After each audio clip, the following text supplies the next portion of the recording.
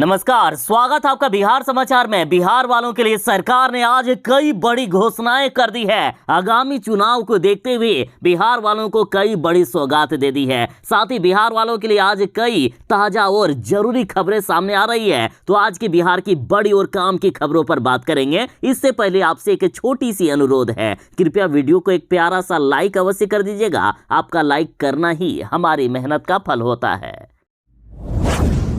जो बिहार में आंगनबाड़ी केंद्रों में सेविका या सहायिका बनना चाहते हैं उनके लिए बड़ी खबर है। बिहार में अप्रैल तक सरकार 3000 पदों पर करेगी बम्पर बहाली और इस बार ऑनलाइन आवेदन किया जाएगा। देखिए, बिहार में आंगनबाड़ी केंद्रों पर 3000 से भी अधिक सेविका और सहायिका की बहाली अप्रैल तक करने का फैसला बिहार सरकार ने कर लिया है और समाज कल्याण विभाग ने सभी जिलों को दिशा निर्देश भेजा है ताकि नई नियमावली के तहत बहाली प्रक्रिया को पूरा किया जा सके। फिलहाल बिहार में 1,14,000 आंगनबाड़ी केंद्रों के संचालन की स्वीकृति पहले से ही मिली हुई है, लेकिन अब भी बिहार में 1,08,000 आंगनबाड़ी केंद्रों का ही संचालन हो रहा है। बाकी केंद्रों को नई बहाली के बाद शुरू कर दिया जाएगा और इस बार अनपढ़ या बिना पढ़े लिखे नहीं बन पाएंगे आंगनबाड़ी सेविका या सहायिका। इनकी योग्यता कम से कम इंटर पास होनी चाहिए। इंटर पास या समकक्ष उत्तीर्ण होंगे तभी इनको बहाली में मौका दिया जाएगा।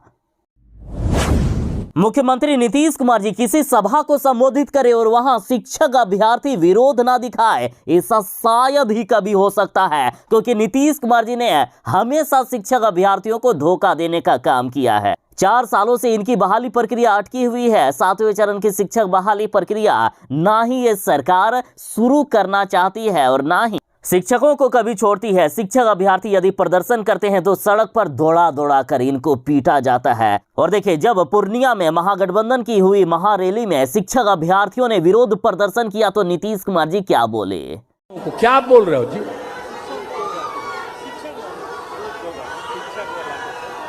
आप शिक्षक वाला बात मत बोलो।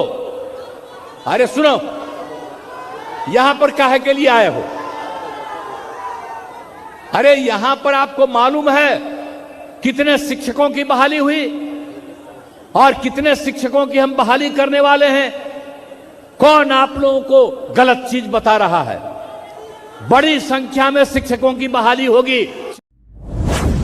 बिहार के शिक्षा मंत्री जी ने शिक्षक अभ्यर्थियों से ये बोले थे कि हमने नियोजन नियमावली पर दस्तखत कर दिया है, इसे कैबिनेट में पेश करेंगे और 7वें चरण की शिक्षक बहाली प्रक्रिया शुरू हो जाएगी। लेकिन कैबिनेट की बैठक भी खत्म हो गई है। 27 एजेंडों पर मुहर भी लगी है, लेकिन शिक्षक अभ्यर्थियों को हर बार की तरह इस बार भी धोखा देने का काम किए हैं शिक्षा मंत्री जी ने।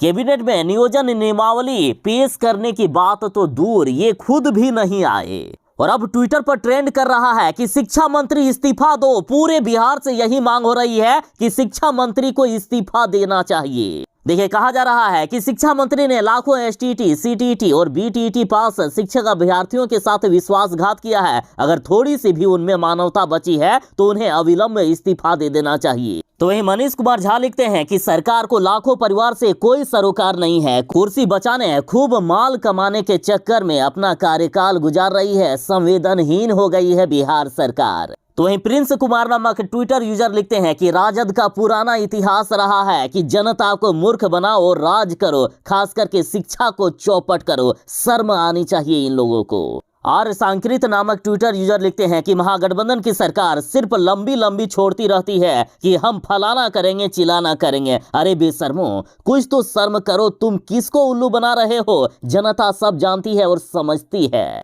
तो वहीं तौसीफ मिर्जा पूछते हैं, क्या शिक्षा मंत्री और सरकार का पिछला बयान सिर्फ जुमला था? अब शिक्षक अभ्यर्थी लगातार नीतीश कुमार और तेजस्वी यादव का भी विरोध करने लगे हैं।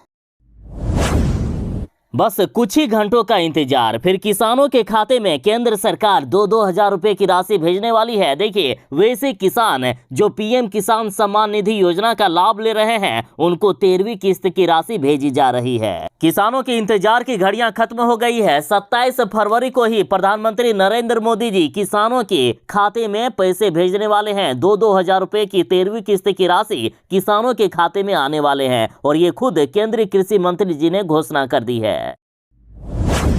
उपेंद्र कुशवाहा ने तो नीतीश कुमार की पार्टी जदयू छोड़ ही दी है और अब जीतन राम मांझी भी जदयू छोड़ने वाले हैं। एक तरफ जहां मुख्यमंत्री नीतीश कुमार जी बिहार के सभी दलों को और देश के भी अन्य विपक्षी पार्टियों को आह्वान करते हुए कह रहे हैं कि सभी एकजुट होंगे तभी केंद्र सरकार को हटाया जा सकेगा।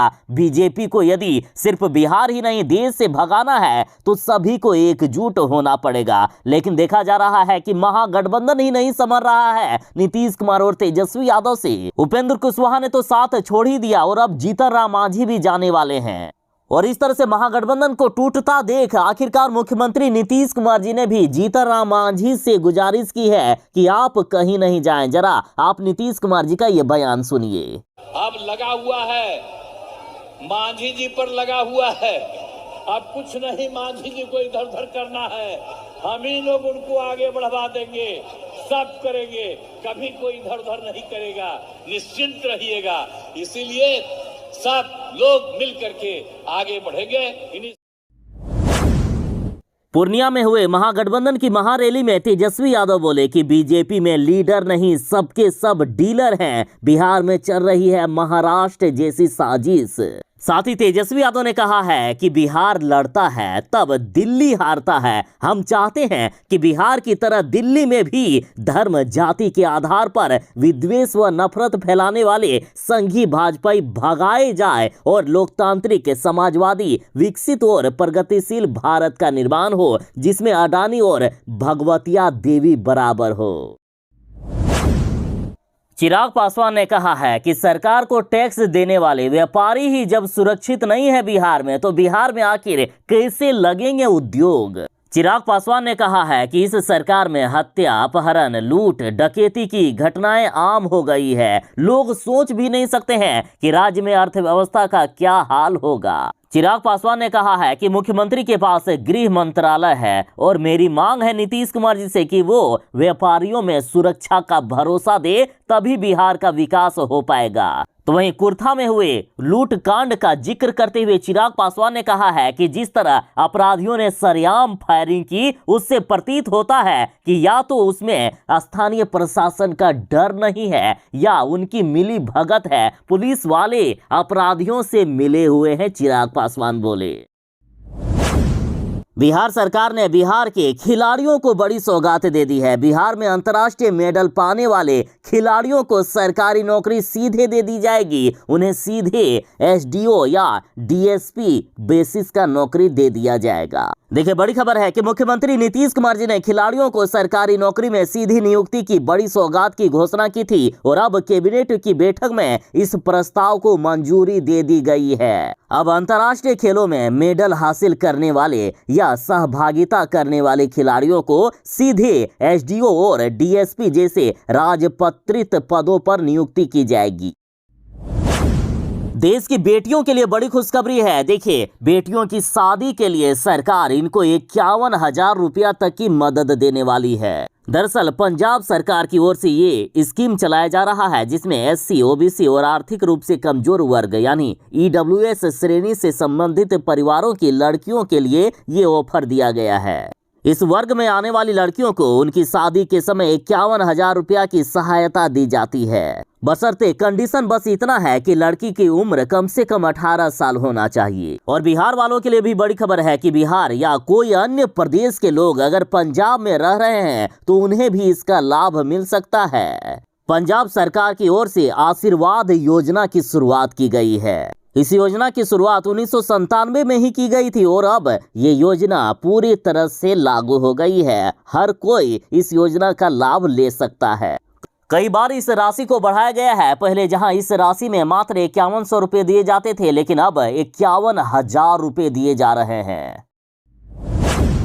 नीतीश कुमार जी तेजस्वी यादव को बिहार का मुख्यमंत्री बनाने वाले हैं और ये जदयू के नेताओं को बर्दाश्त नहीं हो रहा है। उपेंद्र कुशवाहा ने तो नीतीश कुमार का साथ छोड़ ही दिया और अब जीतन राम मांझी भी साथ छोड़ने वाले हैं। देखिए, जीतन राम मांझी ने कहा है कि मेरा बेटा ज्यादा पढ़ा लिखा है, मेरा बेटा तेजस्वी यादव से ज्यादा काबिल है, तो तेजस्वी यादव आखिर क्यों बने बिहार के मुख्यमंत्री? एक 8वीं पास नेता को आखिर बिहार का मुख्यमंत्री क्यों बनाया जाए? और अब मुख्यमंत्री नीतीश कुमार जी ने भी इस बात पर मुहर लगा दी है कि वाकई जीतन मांझी जदयू को छोड़ सकते हैं, महागठबंधन छोड़ सकते हैं। और साथ ही राजनीति के गलियारों में यहां तक बातें हो रही है कि यदि तेजस्वी यादव को मुख्यमंत्री बनाया जाएगा तो पूरा महागठबंधन टूटकर बिखर जाएगा। देश भर के हर राज्य में पीएम मोदी का मंदिर बनवाया जाएगा। देखिए, बड़ी घोषणा हो गई है कि देश भर में पीएम मोदी का मंदिर बनवाएंगे अभिनेता फूल सिंह, और इसकी शुरुआत मुंबई से होने वाली है। देखिए, महाराष्ट्र में बिहार प्रकोष्ठ के अध्यक्ष व फिल्म अभिनेता फूल सिंह देश के प्रधानमंत्री नरेंद्र मोदी का मंदिर हर राज्य में बनवाएंगे। वो मुंबई से इसकी शुरुआत करेंगे, उसके बाद बिहार समेत अन्य राज्यों में भी वे पीएम मोदी का मंदिर बनवाएंगे। गृह मंत्री अमित शाह की सभा में शामिल होने आए फूल सिंह ने उसी मंच पर ये घोषणा कर दी है। फूल सिंह ने साफ कह दिया है कि वो प्रधानमंत्री नरेंद्र मोदी का मंदिर बनवा रहे हैं, जहां बरसों बरसों तक उनको लोग जान सकेंगे और मोदी जी की पूजा भी कर सकेंगे। इन्होंने कहा कि मैं प्रधानमंत्री को भगवान मानता हूं और उनका मैं हर राज्य में मंदिर बनवा रहा हूं। और महाराष्ट्र की बात करें तो इन्होंने घोषणा कर दी है कि महाराष्ट्र के हर गांव में नरेंद्र मोदी का मंदिर होगा। महागठबंधन की ये सरकार 28 फरवरी को बिहार का बजट पेश कर रही है और वित्त मंत्री जी बोले हैं कि न्याय के साथ विकास वाला होगा महागठबंधन सरकार का पहला बजट। आखिर तेजस्वी यादव इस बार बिहार वालों के लिए क्या क्या करेंगे, ये बजट में साफ हो जाएगा। बता दें कि 27 फरवरी से बिहार विधानसभा का बजट सत्र की शुरुआत हो रही है। इस दौरान कुल 22 दिनों तक विधानसभा की कार्यवाही चलेगी। 28 फरवरी को बिहार सरकार बजट पेश करेगी। और इधर बिहार बजट को लेकर बीजेपी नेता नीरज कुमार बबलू बोले हैं कि इस बार बजट सत्र में छोड़ा देंगे नीतीश कुमार का पसीना। साथ ही बीजेपी नेता ने कहा है कि अब बीजेपी के सारे नेता एक्शन में आ गए हैं। इस बार नीतीश कुमार को हमारे और राज्य के जनता की हर एक समस्या का जवाब देना होगा। बीजेपी ने कहा कि राज्य के अंदर अपराध का ग्राफ काफी तेजी से बढ़ रहा है। हर दिन कहीं ना कहीं क्राइम हो रहा है। बिहार में वापस से जंगल राज आ गया है। इसके अलावा किसानों के खाद की कालाबाजारी भी की जा रही है। अब इन तमाम मुद्दों को लेकर भाजपा के लोग बजट सत्र में सरकार से सवाल करेंगे। चाहे देश में कोई भी सरकार हो, हर सरकार ने यही किया है कि देश में बेरोजगारी और महंगाई इतनी बढ़ा दी है कि लोग त्राहिमाम कर रहे हैं। देश के राज्यों को महंगाई की आग में झोंक कर रख दिया गया है। और इस पर अब प्रशांत किशोर ने कहा है कि उछल उछल कर कमल का बटन दबाएंगे तो गलती हमारी ही है ना, इसमें मोदी जी क्या करेंगे। प्रशांत किशोर ने कहा है कि आज देश में इस कदर हालात हुए हैं, इसके जिम्मेदार हम खुद हैं। हमने ही उछल उछल कर कमल को वोट दिया था, इसमें मोदी जी की क्या गलती है। गलती तो हमारी है। जब जनता जागरूक होगी, जब जनता सोच समझ कर सरकार चुनेगी, तब ऐसा नहीं देखने को मिलेगा। प्रशांत किशोर ने बिहार पर कहा है कि जिस बिहार में हम रहते हैं वो आज से 40 से 50 साल भी देश का सबसे पिछड़ा राज्य था। जो जवान था वो बूढ़ा हो गया है और जो बच्चा था वो जवान हो गया है। और आज 50 साल के बाद भी भारत का सबसे ज्यादा भूखमरी, अशिक्षा और बेरोजगारी वाला राज्य बिहार ही है। प्रशांत किशोर ने कहा है कि हम लोग सुधरना नहीं चाहते हैं। हम लोग उसी घिसी पिटी सरकार को बार बार चुनते हैं और हमारे साथ बार बार वही अन्याय होता है। प्रशांत किशोर ने कहा है कि गलत वोट करेंगे तो गलत ही पाएंगे ना। इस बार सोच समझकर अपने मताधिकार का प्रयोग करें। जनता स्वतंत्र है, किसी के बात में ना आए। आपको जो लगता है कि जो बिहार का भला कर सकता है, देश का भला कर सकता है, उन्हीं की सरकार चुने।